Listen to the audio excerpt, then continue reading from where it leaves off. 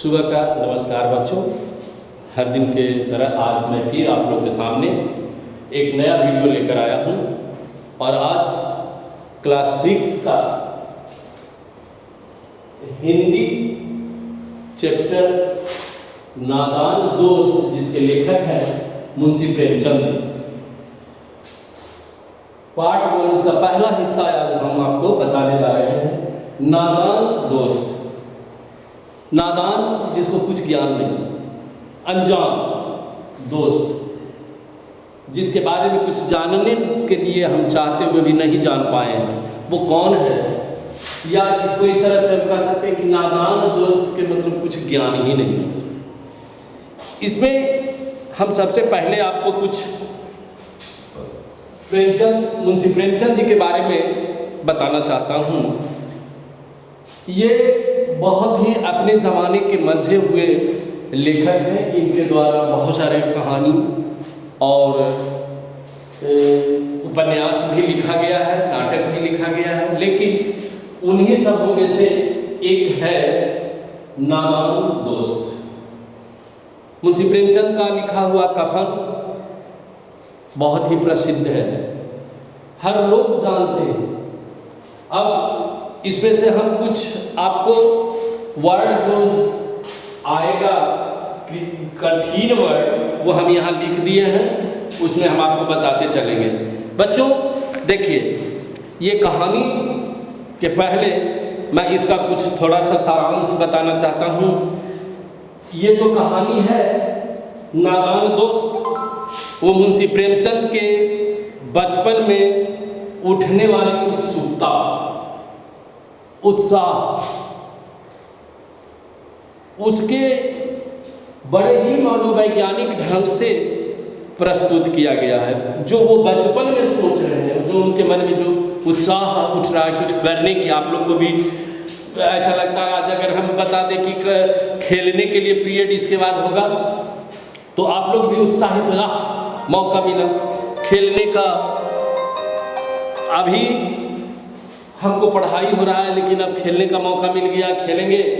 बच्चों तो ये सुनिए, प्रत्येक वस्तु को जानने की इच्छा जिज्ञासा रखती है। जिज्ञासा को शांत करने के लिए बच्चे कभी कभी न चाहते हुए भी दूसरों का पीड़ा पहुंचा देते हैं। कोई भी इंसान, आदमी, कोई भी बच्चा हो, बूढ़ा हो, जवान हो, ये नहीं चाहता है कि हमसे किसी को तकलीफ हो, कष्ट हो, दुख हो। ये जान करके भी नहीं जानता, अनजाने में भी नहीं कष्ट देना चाहता है बच्चों। लेकिन कभी कभी ऐसा होता है कि हमें उसके बारे में कुछ ज्ञान नहीं है, हम उसको भलाई करने के लिए जाते हैं और उसके बदले में हमें बुराई मिल जाता है। तो खैर उसी तरह की कुछ ये कहानी है नादान दोस्त। जैसा इसका नाम है नादान और दोस्त, फ्रेंड, इसमें दो बच्चे हैं, एक बॉयज एंड एक गर्ल। एक का नाम है केशव और दूसरे का नाम है श्यामा। ये दोनों भाई बहन हैं, अभी छोटे हैं। जैसे तुम लोग, तुम्हारे घर में भी छोटे बच्चे होंगे, तुम अपने घर में भी देखता होगा कि सुबह सुबह जब उठते हैं तो छोटी छोटी चिड़ियाँ चूं चूं चूं चूं करते रहती हैं। कौवे, कोयल, सभी पक्षी हैं जो कि अपना कर्तव्य करते रहते हैं और सुनने में बड़ा ही आनंद आता है। बच्चों, केशव के घर में कार्निश, ये जो शब्द है आपका कार्निश, कार्निश का मतलब होता है, जो आपके घर में भी देखते होंगे, पाया कहते हैं उसको। दीवार का सबसे ऊपरी भाग का बाहर निकला हुआ हिस्सा, छज्जा, कंगनी, पाया जो होता है ना, उसके बाद थोड़ा सा चारों तरफ निकला हुआ रहता है, वही चीज है कार्निश।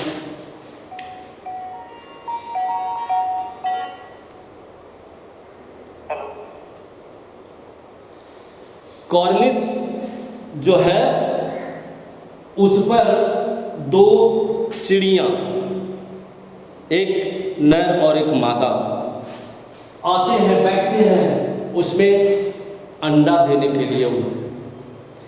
अब जब ये दोनों केशव और श्यामा सुबह उठ करके जब अपने बेड से उठती है और वो बाहर आते हैं तो देखते हैं कि सवेरे सवेरे जब आंखें खोलती है तो देखते हैं कि दो चिड़ियाँ आकर के उसके सामने इस्लामी की दीवार के सबसे ऊपरी छोटी हिस्सा जो बाहर निकला हुआ है उस पर बैठता है और चू चू करता है। वहाँ बैठते हैं, उनको देखने में दोनों बच्चों को न मालूम कितना मजा आ रहा है। अब इस तरह से दोनों को देखते हैं ये दोनों बच्चे कि अपने खाने पीने यानी दूध जलेबी उसको जो सुबह का नाश्ता मिलना है उसका भी ध्यान नहीं रहता और उसी में हो जाता है। बच्चों आप लोग को भी ऐसा होता होगा जब टीवी पर कोई सीरियल आ रहा है, क्लास छूट गया, स्कूल का टाइम छूट गया, बस छूट गया, कोई दिक्कत नहीं, वहाँ तो ध्यान लगा हुआ है। उसी तरह से ये मग्न होकर ये दोनों बच्चे जो है कि उसको देखते हैं।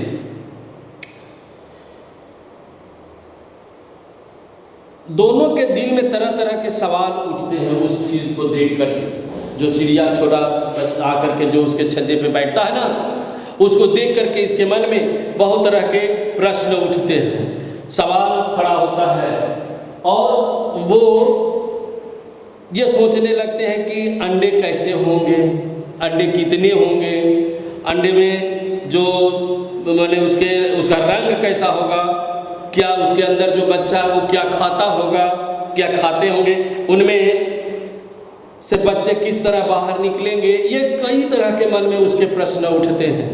आप लोग भी सोचते हो कि अंडा कैसा होता है, जो देख लिया तो वो सफ़ेद कलर का वो बता दिया, लेकिन जो बच्चा नहीं देखा है तो वो समझेगा कि क्या रे अंडे से क्या निकलते हैं बच्चा, तो बच्चा अंडे के अंदर है तो क्या खाता होगा, उसके खाने के लिए किस तरह की व्यवस्था किया जाए, ये सभी इसके मन में उठते हैं।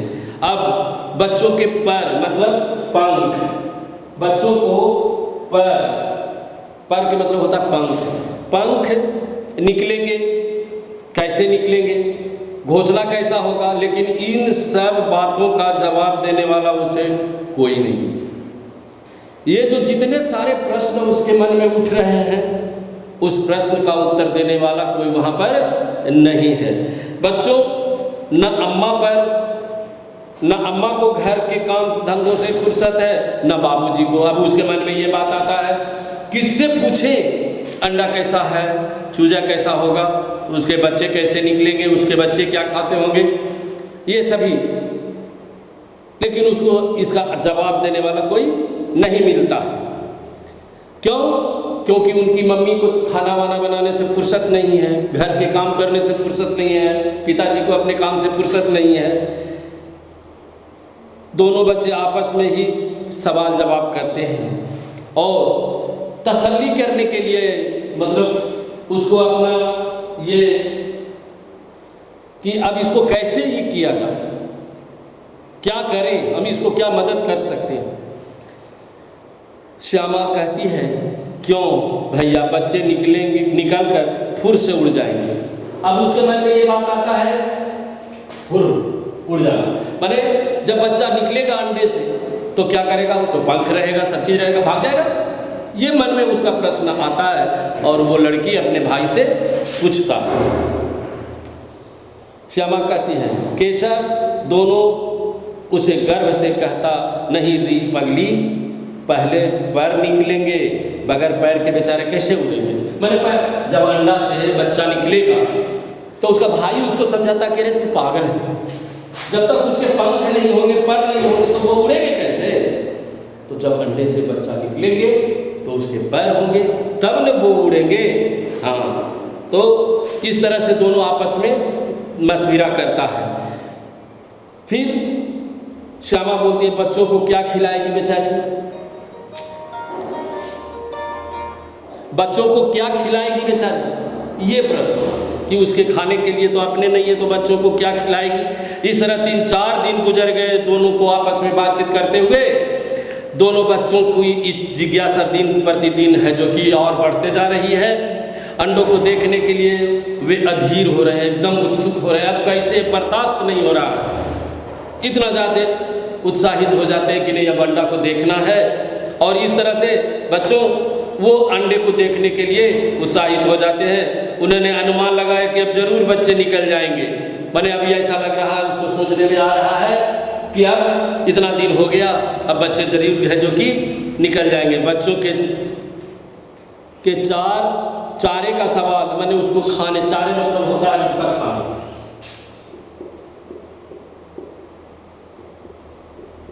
चारे का मतलब उसका खाना। अब उसके खाने का प्रबंध होना चाहिए।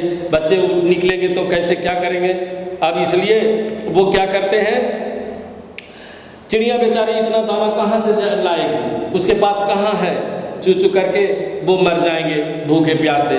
इसलिए इस मुसीबत का अंदाजा करके दोनों घबरा जाते हैं, घबरा उठते हैं, वो परेशान हो जाते हैं, घबराने लगते हैं। तो दोनों क्या करते हैं, श्यामा खुश होकर बोली तब तो चिड़ियों के चारे के लिए कहीं उड़कर जाना ही पड़ेगा, तभी न वो चारा लाएगी, तब बच्चों को खिलाएगी। केशव कहा नहीं, वो सब थोड़ा होशियार है, चालाक है। तो केशव कहता है नहीं, तब क्यों जाएंगे, कहाँ जाएंगे। श्याम क्यों भैया, बच्चों का धूप न लगेगी। अब ये देखने लगता है कि नवासी के ऊपर कुछ नहीं है, छाया उसको कैसे किया जाए।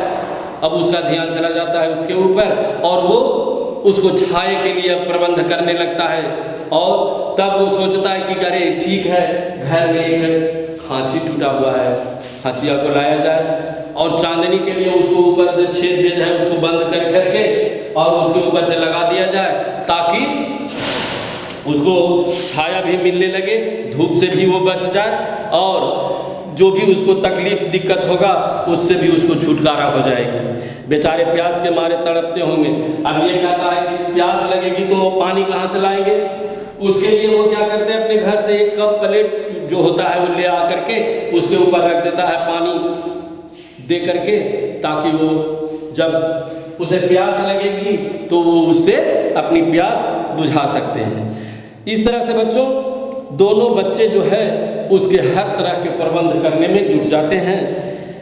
आखिर यही फैसला होता है कि घोंसले के ऊपर कोई कपड़ा रख दिया जाए, चांदनी बना दिया जाए। जैसे ये छत है उस तरह से उसको चांदनी बना देते हैं ताकि वो सुरक्षित हो जाए और पानी वानी कुछ भी इसमें पड़ेगा वो उससे नुकसान नहीं होगा, धूप से भी नहीं कुछ नुकसान होगा। उसको खाने के लिए प्रबंध हो जाएगा कि कप में रख देंगे, पानी पीने के लिए हो जाएगा, कुछ दाने ला करके रख देंगे जिससे उसको खाने के लिए हो जाएगा।